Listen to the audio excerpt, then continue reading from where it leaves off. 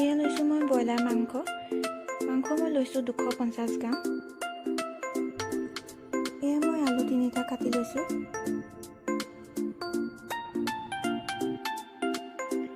ইয়াত আছে পিঁয়াজ মই 3টা কাটি লৈছোঁ। এইফালে আছে আদা আৰু নহৰু পিচি লৈছোঁ। ইয়াত আছে 3টা ইলাচি, এয়া হালধি আৰু এয়া নিমখ।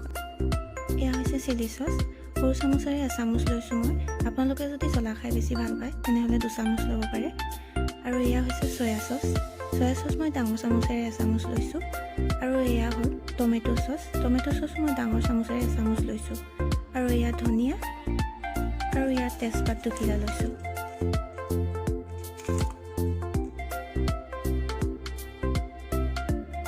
আৰু এয়া বিলাহী 2টা পিচি লৈছোঁ। বিলাহী নিদিলেও হয়, হ'লেও বিলাহী দিলে মানে টেষ্টটো অলপ ভাল হয়, সেইবাবে মই 2টা বিলাহী পিচি লৈছোঁ।